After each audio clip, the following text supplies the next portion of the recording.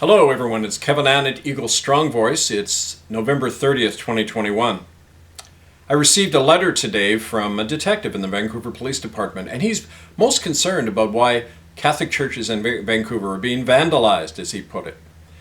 Well, I wrote a response to him, which I'm going to share with you, but we're putting this in the bigger context of what's happening right now, as Catholic churches are being lawfully reclaimed all over the world by people operating under international law that says when a transnational criminal body like the Catholic Church commits these crimes and its head officer, Pope Francis, is facing an arrest warrant and a summons to appear, then yes, people have the lawful right to take over those buildings and use them.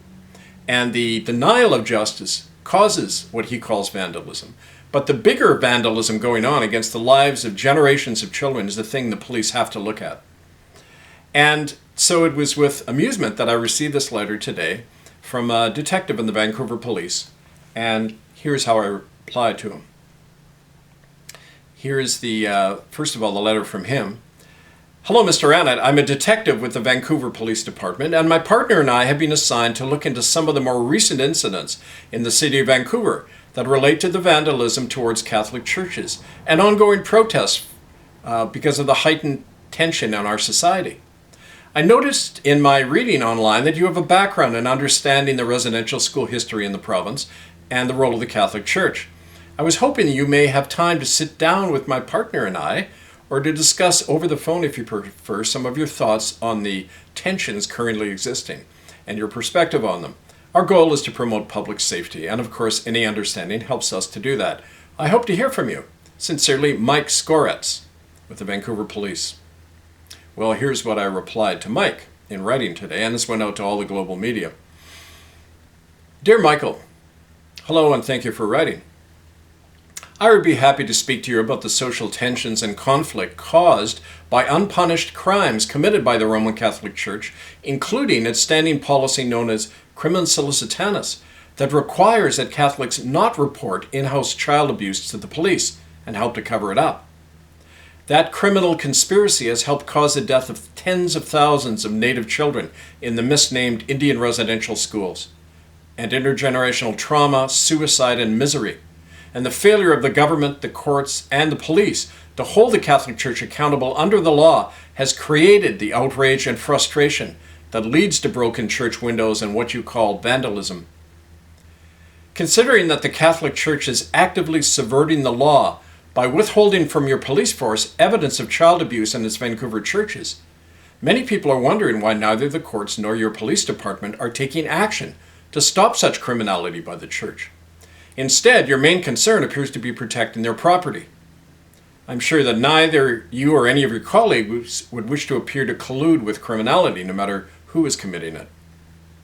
Over the years, we have provided to the police and media considerable evidence of child trafficking networks being operated in Vancouver and at such locations as Holy Rosary Cathedral in Vancouver and the Vancouver Club.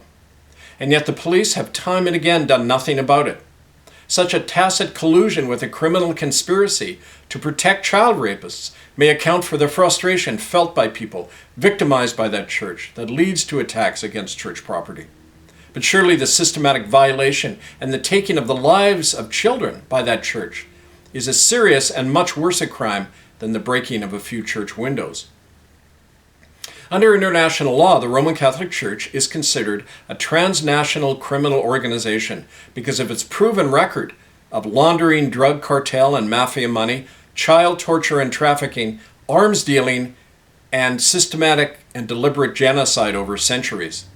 Under the United Nations Convention on Transnational Criminal Organizations, passed in the year 2000, such a criminal body as the Vatican has lost its right to its own property and assets, which can be lawfully seized, including by citizens if the police and the courts refuse to act. And so what you may consider to be vandalism against the Catholic Church and the seizure of its buildings by Indigenous people is actually required and prescribed under international law. During December, Indigenous elders and I are holding a series of public forums and public actions that will hold the Catholic Church accountable for its many crimes.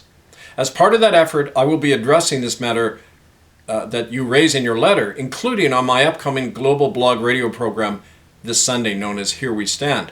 I welcome you or other representatives of the Vancouver Police Department to speak with me live on that program concerning two things: why people feel the need to resort to vandalism when they are denied justice, and what steps the Vancouver Police will take now to investigate and prosecute crimes committed by the Roman Catholic Church in the city of Vancouver. I look forward to your reply. Sincerely, Reverend Kevin Annett, Field Secretary of the International Tribunal of Crimes of Church and State. And that went out to ITCCS head office and our affiliates in 12 countries and to the global media.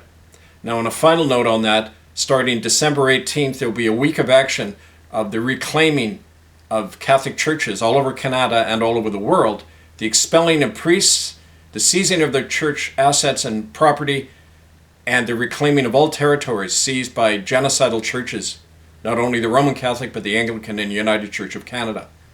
Stay tuned for more updates very soon about those planned actions and the workshops and training that will precede that. December 18th to December 24th. Mark it on your calendar. Stay tuned for more. MurderByDecree.com. This is Kevin Annett, Eagle Strong Voice. I thank you.